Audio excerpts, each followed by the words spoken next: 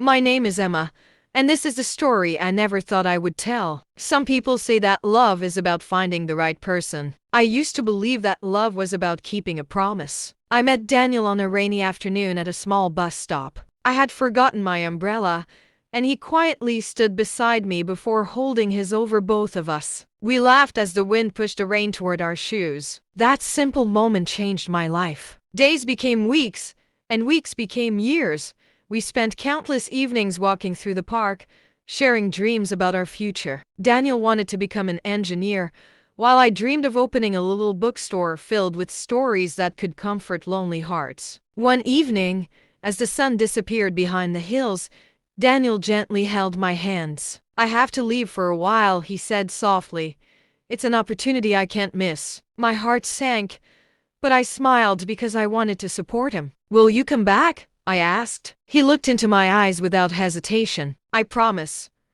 No matter how long it takes, I'll come back for you." Before leaving, he gave me a small silver necklace with a tiny heart pendant. "So you'll always know where my heart belongs." The next morning, I stood at the train station and watched him disappear into the distance.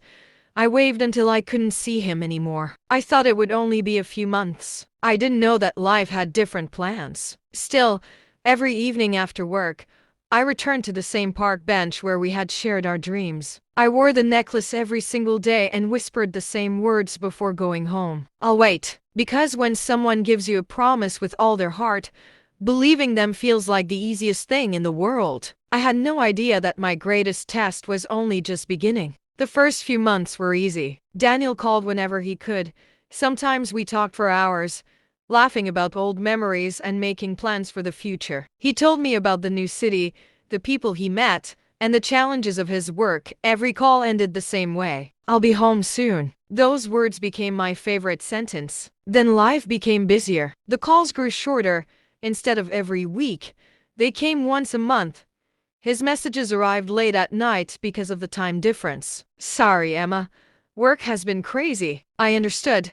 At least I told myself I did. Every Friday after work, I visited our favorite park. I sat on the old wooden bench, wearing the silver heart necklace he had given me. I watched couples walk past, children chasing birds, and leaves changing with every season. Spring became summer. Summer became autumn. Autumn became winter. Another year quietly slipped away. My family gently encouraged me to move on. "You've waited long enough," my mother said one evening. But I smiled and shook my head. A promise is still a promise. Friends invited me on blind dates.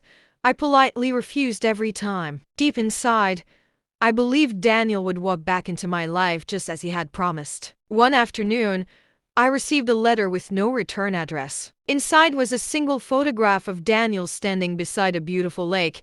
On the back, he had written only one sentence: "I'm trying my best.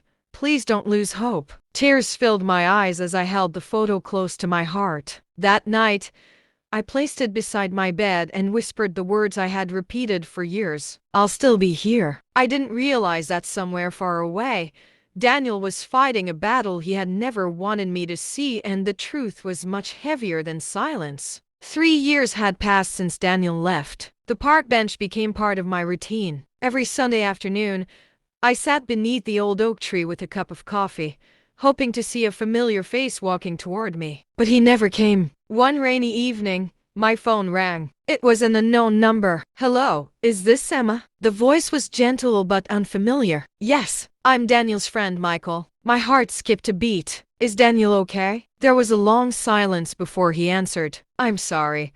I think you deserve to know the truth." My hands trembled. Michael explained that 2 years earlier, Daniel had been involved in a terrible accident while working overseas. He had survived, but the injuries were severe. Months of surgeries and painful rehabilitation followed. He lost his job, his confidence, and almost everything he had worked so hard to build. "He didn't want you to see him like this," Michael said quietly. "He believed you deserved a better life than one filled with hospitals and uncertainty." Tears streamed down my face. "He never stopped talking about you," Michael continued. "Every difficult day, he held the necklace chain you gave him and said your name." I couldn't understand. "Why didn't he tell me?"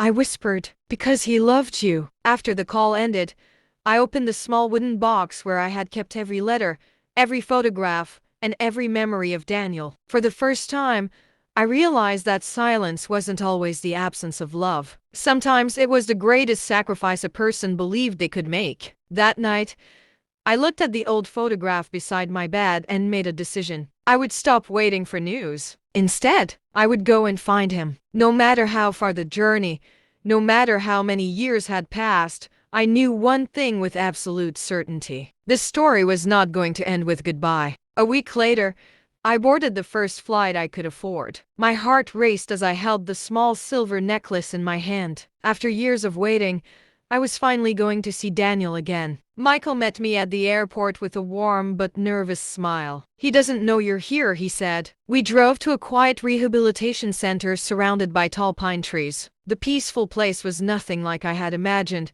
As we walked through the garden, my eyes searched every corner. Then I saw him. Daniel sat alone on a wooden bench, looking at the sunset. His hair was slightly longer, and his face carried the weight of years filled with pain. A walking cane rested beside him. For a moment, I couldn't move. He slowly turned his head. Our eyes met. His expression changed from surprise to disbelief. "Emma?" His voice was barely a whisper. I smiled through my tears. "You promised you'd come back," I said softly.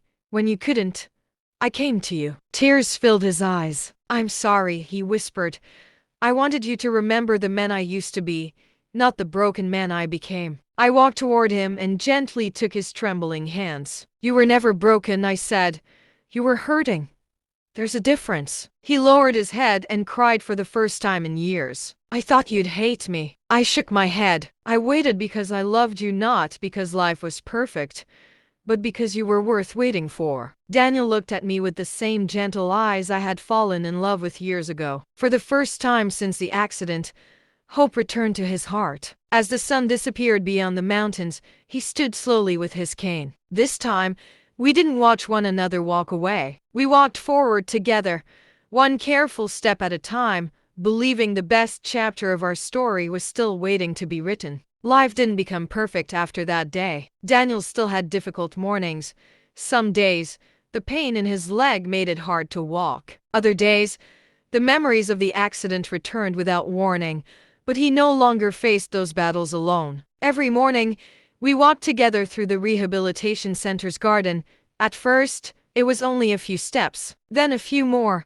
Week after week, Daniel grew stronger not just in body, but in spirit. One evening, we returned to the little park where our story had begun years before. The old wooden bench was still there, waiting quietly beneath the oak tree. Daniel reached into his pocket and took out a small velvet box. "Emma," he said, smiling through tears, "I made you wait for longer than anyone should have." I gently squeezed his hand. "And I'd choose you all over again." He opened the box to reveal a simple silver ring. "Will you marry me?" With tears of joy streaming down my face, I whispered the easiest answer I had ever given. "Yes." Months later, surrounded by our families and closest friends, we exchanged our vows beneath the same tree where we had once dreamed about the future. As I looked into Daniel's eyes, I realized something beautiful. Waiting had never been about counting the days. It had been about believing that real love could survive distance,